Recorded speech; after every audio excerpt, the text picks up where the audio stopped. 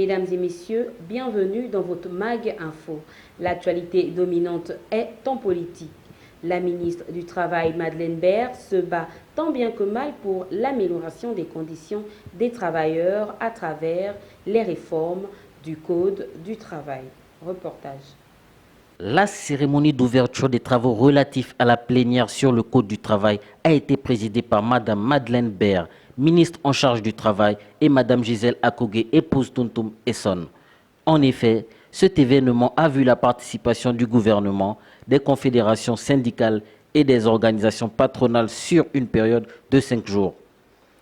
L'objectif était de faire des suggestions qui permettront d'aboutir à un outil capable de répondre aux exigences actuelles du travail en mettant l'accent sur la sécurité et l'épanouissement des travailleurs. Ce projet de réforme, rappelons-le, initié par Madame le ministre, a répondu à un processus dont les dates étaient du 19 au 25 août, concertation avec les partenaires sociaux, présentation du dossier en conseil interministériel pour avoir l'avis du gouvernement. Début janvier 2020, conférence de presse sur le processus d'élaboration du Code du travail, les enjeux de l'emploi du secteur privé. Pour le président de la République, chef de l'État, son Excellence Ali Bongo Ondimba, il faut doter le Gabon d'un code basé sur la flexibilité, l'employabilité, la sécurisation des travailleurs et l'amélioration du climat des affaires. En éducation, après le mot d'ordre de reprise des cours par les syndicalistes de l'éducation nationale, constat fait, les cours ont bel et bien repris dans la commune de Libreville. Diane Makanga. Après une semaine de pause suite à la chronique des supposées tentatives d'enlèvement d'enfants, les élèves et les enseignants auraient repris le chemin des cours lundi 3 février 2020. Aujourd'hui, on a fait la correction de la lecture. On a fait la compréhension générale du texte. On a fait 4 leçons et un devoir. Et aussi la maîtresse nous a aussi donné une activité. J'ai eu une bonne note. Est-ce que c'est le rôle du technicien? Celui qui a donné la photo, c'est Nicono.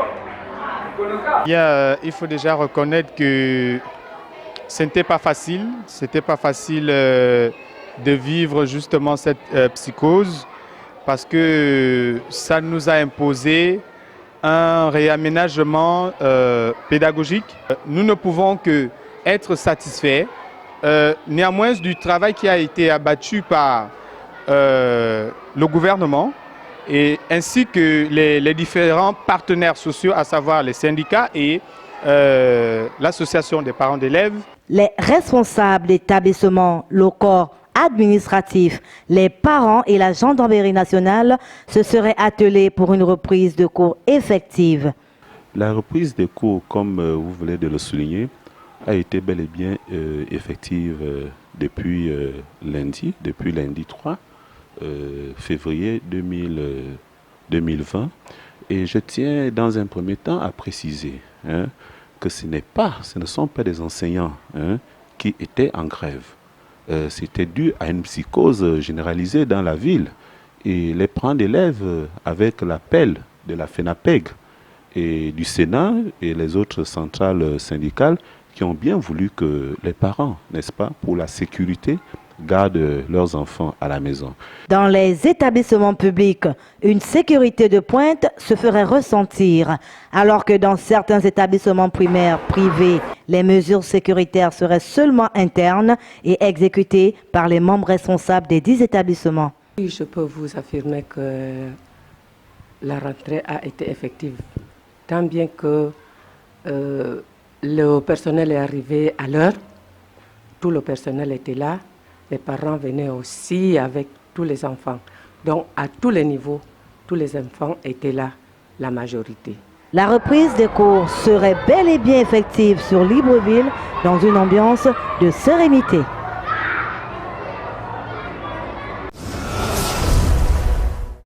Le député du 4e arrondissement, premier siège de la commune de Libreville, l'honorable Pierre-Séverin Ndong Ekomi, Andine fils du MAPAN, a répondu présent aux doléances du corps enseignant des élèves de l'école publique d'Akébé 2.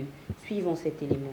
Dans l'optique de valoriser l'éducation, une des valeurs chères de l'honorable Pierre Sévérin Ndong Ekomi, élu du 4e arrondissement, premier siège, homme toujours à l'écoute de sa population, qui agit beaucoup plus qu'il ne parle, a encore ce lundi 3 février 2020 répondu favorablement à la demande du corps enseignant de l'école publique d'Akébé 2 en leur offrant du matériel didactique et ménager.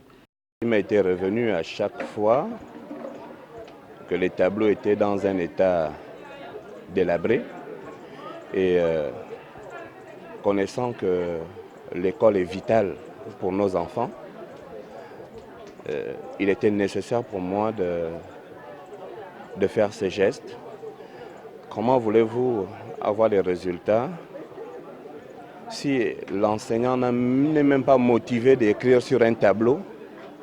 Comment un enfant peut suivre le cours sachant que le tableau n'est pas lisible? La directrice de l'école n'a pas manqué de montrer sa satisfaction.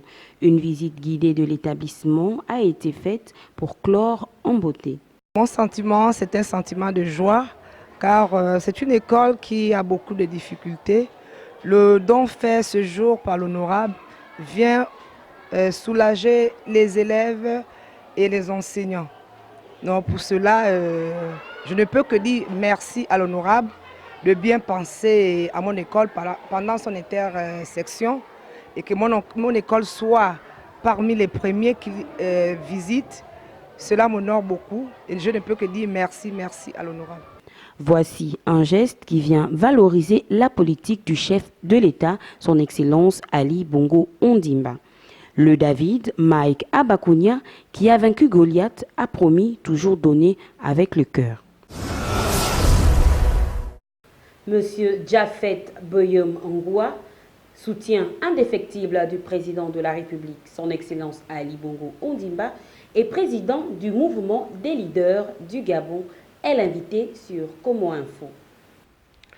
Pour répondre à votre question, je dirais que depuis notre dernière sortie sur la plainte déposée par un collectif de compatriotes, ce prétendant être de la société civile, encore que quand je dis ce prétendant, je fais allusion à des gens qui ne connaissent pas exactement ce qu'on appelle une société civile.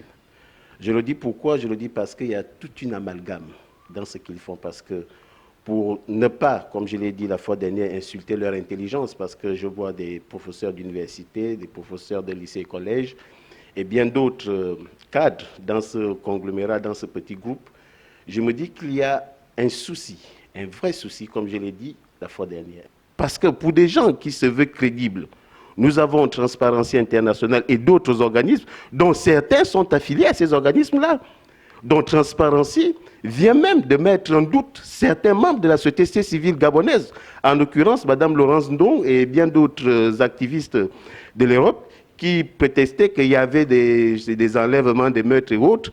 Et donc, nous disons qu'il y a un grand problème là-dessus. Et nous condamnons fermement cette manière de manipuler l'opinion publique, cette manière de faire. Et c'est pour ça qu'on est sorti la dernière fois pour dire non à cette manière de faire, pour dire à nos frères, à nos papas qui sont en train de porter plainte à l'un de leurs fils, qui n'a jamais, je dis bien qui n'a jamais géré la chose publique. Après ses brillantes études, il a intégré le monde professionnel dans le secteur privé, et dont aujourd'hui, il doit jouir des mêmes privilèges. Ce n'est pas le simple fait qu'il s'appelle Bongo Valentin, qui ne doit pas jouir des mêmes privilèges que moi, Jafet Boyom. Nous tous, nous sommes des compatriotes, des Gabonais, et dont la seule discrétion du choix des collaborateurs du président revient au président Ali Bongo Ondimba. Dans notre société, la sexualité juvénile a atteint un paroxysme époustouflant. Certains mineurs seraient souvent emmenés à découvrir le sexe avant l'âge requis à cause du désengagement parental, l'influence des séries télévisées, la mauvaise compagnie, la pauvreté et bien d'autres. Je vous laisse avec Diane Makonga pour le sujet du jour. C'est pas normal que des petites filles se livrent à des choses comme ça. Ça, c'est impossible. On ne peut pas accepter ça. Et il faut qu'on en parle, parce que si on n'en parle pas, ça va continuer et c'est ce qui entraîne des maladies. Ces filles-là ont fait un choix de vivre avec des grands messieurs et ces grands messieurs-là, eux, ils savent que ces filles-là sont des petites filles. Donc, on en veut à qui? C'est pas au vieux papa, c'est à la jeune fille. Mais les vieux vont faire comment? Mais comme moi, par exemple, si une petite a besoin de moi. Mais normalement, moi, je dis que ce n'est pas bon. Mais nous devons voir nos âges, où c'est là où nous pouvons peut-être équilibrer certaines situations. On ne peut pas le faire avec des petits-enfants, ce sont nos enfants. Moi, j'en ai beaucoup, j'en ai plus de 2-3 filles. Donc, je ne peux pas aller au-delà de l'enfant de moins de 16 ans. Ce n'est pas normal. Je demande à nos enfants de ne pas suivre ces vieillards-là parce que malgré même qu'on leur donne de l'argent, ils leur donnent aussi des maladies. Et ce n'est pas bien. C'est la vie des enfants qui sont en train de gaspiller. C'est tout. Un adulte ne peut jamais en inviter une mineure ou bien une mineuse. En tout cas, excusez-moi du français. Parce que quoi? Le Omar Bongo a bien dit que la jeunesse est très très sacrée. Mais lorsqu'un enfant se livre à un vieux comme moi je vois que c'est vraiment une chose très très absurde. C'est pas normal. C'est la pauvreté qui fait à ce que les enfants se livrent à n'importe quelle personne. Un vieux comme moi, je ne peux pas prendre l'initiative d'aller draguer une mineure qui a l'âge de ma fille. D'arrêter. C'est pas bon. Lorsqu'on est vieux, on est vieux. Si fait que tu dragues une femme, va draguer la femme qui a le même âge que toi. Si tu as 40 ans, va au moins draguer celle qui a 30 ans. Et non 18 ans. 18 ans, mais quand même. Mais c'est une adolescente, mais c'est un enfant, c'est un bébé. Il ne faut pas suivre parce que l'enfant a les seins. Hein? C'est pas normal. Hein? Et ce sont les gens auxquels on doit même en mettre la meule au cou afin de leur engloutir dans l'océan Atlantique. Ainsi s'achève ce Mag Info. Merci de nous avoir suivis. Restez connectés sur Como Info, l'information pour tous et partout.